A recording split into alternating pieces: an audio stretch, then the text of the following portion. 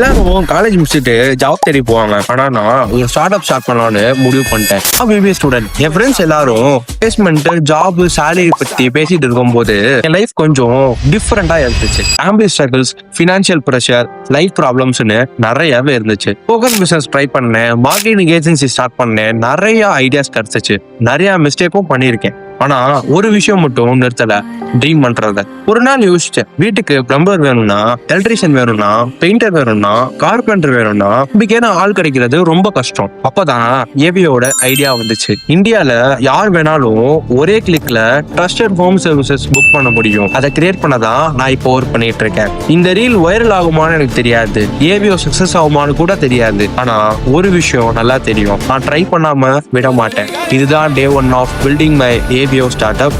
So இந்த ஜர்னியில் நீங்களும் ஜாயின் பண்ணி நிறைய அப்டேட் வீடியோஸ்க்கு உங்க பேஜை ஃபாலோ பண்ணிக்கோங்க.